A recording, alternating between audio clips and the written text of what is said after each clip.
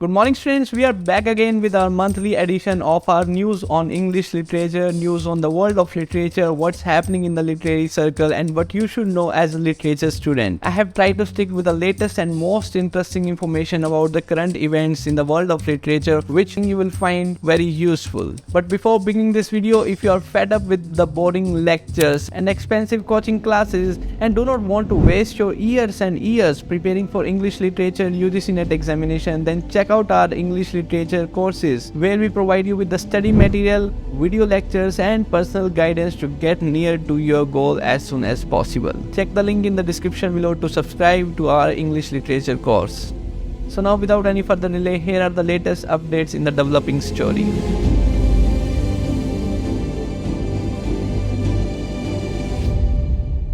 With the increase of demand in audiobooks in India, publishers are looking to gear up publishing audiobooks. And at this age of growing AI, artificial intelligence, publishers are looking for digital narrators who can help them create more audiobooks without the need of voice artist or digital narrator. A few months back, Apple already launched two AI digital narrators, Madison and Jackson. These two voices are for romance and fiction books. Two more voices, Helena and Michelle, are on the way for the non-fiction books. Indian publishers have used the technology, but they have not yet found it quite well. But everyone is optimistic with the growth of AI. We are going to see more and more audiobooks in the future generated by AI. But on the other hand, there is anger among the voice actors as their jobs are in risk and their voices are used to train the AI digital narrators. Our next news update is again on the same technology where authors and publishers are using AI generated images at the cover of the books. Recently, a book from a foreign author got hate from the readers that they are leaving 1-star review on this book. The funny thing is that the book has not yet even released and the book is getting 1-star review. Again, it seems like AI is the future in the world of literature as it is now very easy to create images simply by putting commands in the AI tool and get the work done. Another news came from the Indian publishers that they are receiving a lot of manuscripts and articles generated through AI tools. Now they are very confused whether to accept the new manuscripts or not. Even AI tools are able to create work of fictions, novels, stories that are difficult to figure out whether it is written by a human or artificial intelligence.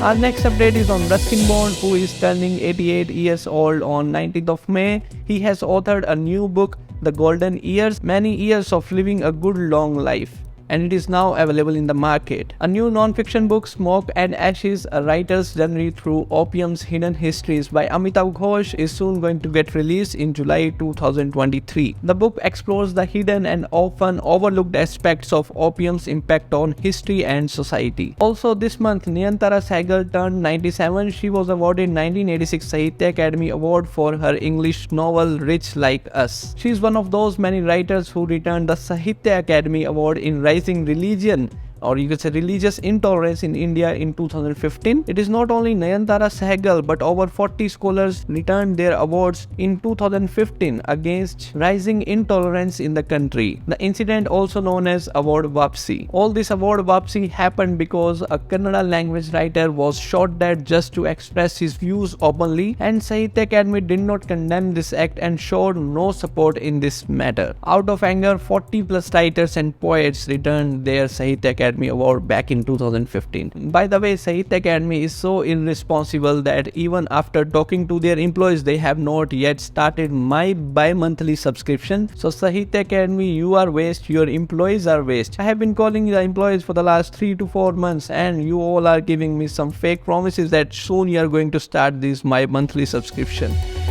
Next is May 7, 2023 was seen as Ramdasan Tagore Jayanti. This day is celebrated all over India and it was 162nd birth anniversary of Ramdasan Tagore. According to an article published in Telegraph, Indian Bengalis are endlessly obsessed with Rabindranath Tagore. The article discusses Tagore's profound philosophical and intellectual contributions, his way of capturing human emotions through his poetry and songs. It also talks why his legacy remains an integral part of Bengali society.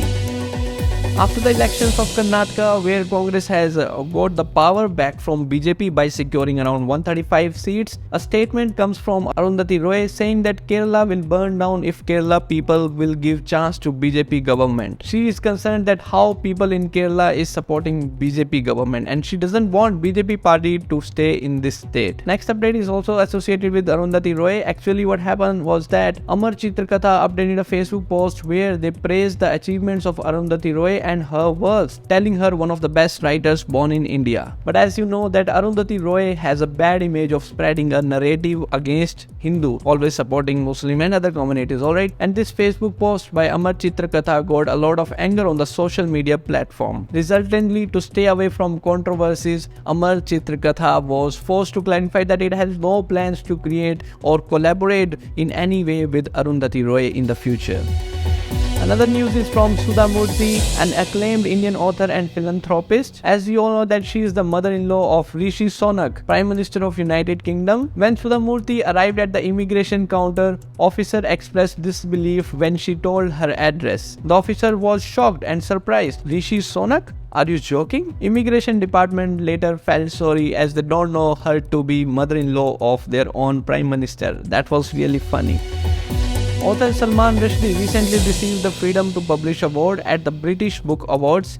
In his acceptance speech, Rushdie expressed his concern about the threat to freedom of expression in the Western countries. As we all know that in the year 2022, Salman Rushdie was attacked by a 24-year-old man and he has already been in the controversies since 1988 on the publication of his work The Satanic Verses. Another news is on Pawan K Verma, a columnist for the Hindustan Times. He opined in his recent published article that Niraj C. Chaudhary, author of the autobiography of an unknown Indian, used to admire Britishers so much that he lacked authenticity. Chaudhary did everything to preserve his English image, including serving wine and providing everything to prove his Englishness. But according to this scholar, no matter how much knowledge or what sort of scholar Niraj C. Chaudhary was, but he was just a photocopy of English people and will never gain genuine respect. The article suggests that do not confuse yourself with knowledge and authenticity, and it is also important to stick to your own culture while remaining open to all other cultures.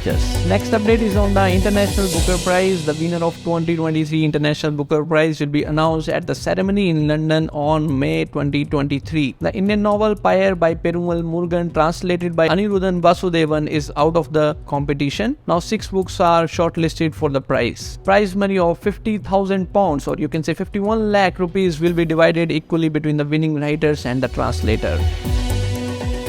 During the Karnataka elections, the name of Indian poet Sarojini Naidu was in the news headlines. As we all know that she was also a politician and her witty remarks on the opposite party created an atmosphere of positivity and released stress during the time of elections. But nowadays, politicians are degrading their rivals, their opposite party, claiming derogatory marks. Okay, so these politicians must learn from Sarojini Naidu. They are the worst politicians in the history of Indian government.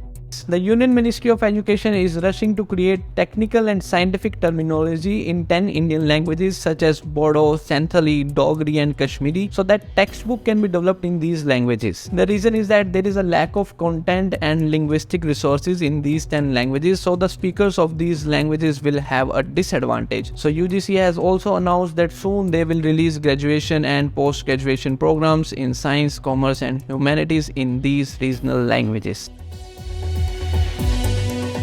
Just a few days ago, Literary Hub published an article, Doubting Shakespeare Identity Isn't a Conspiracy Theory by Elizabeth Winkler, stating that it is a matter of scholarly research that whether Shakespeare really existed or not.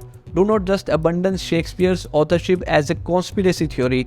It is a legitimate pursuit, a valid area of research, and it requires serious inquiry. So scholars should continue to work on their research whether Shakespeare authorship is true or not. Last month, a controversy broke out once again on NCERT deletion of Gandhi's assassination. Gandhi's assassination became a matter of politics nowadays, and almost in every election his name reappears. As we all know that he didn't want that partition to happen between the two countries, as Hindu or Muslim will be divided, where if the two countries India and Pakistan was formed, that will lead to violence and hatred between the Hindus and Muslims. He went on fasting after the declaration independence of 1947, and he was being called anti-Hindu for supporting Muslims and Sikhs, as these two were against each other, killing each other mercilessly. Scholars and educated audience are in favor that we should discover the all-loving Gandhi rather than putting his negative or weaknesses in his character. We should focus on his positive things. He was indeed a great man. So just put something good about Gandhi rather than ruining his image in the name of politics and election. Few days ago, India Today published an article from 2013 archives about love between couples from different religion. This article was written by Vikram Seth, where he expressed his dissatisfaction with how people love in India. It is the most cruel thing that you cannot make love with a person from different caste, from different religion, or with the same gender. It is disgusting that you cannot love someone just based on as being a human being in India. In case you love a person from different religion, different caste, it will bring dishonor to your family. Communities will be unable to digest this fact, and they will excommunicate you or outcast you. Next update is about the American University of Rome, which decided to confer doctoral degree on Jhumpa Lahiri on May 25, 2023. In 2015, Lahiri published an essay, Teach Yourself Italian, talking about her experience learning Italian. In the same essay, she declared that she would now only write in Italian language.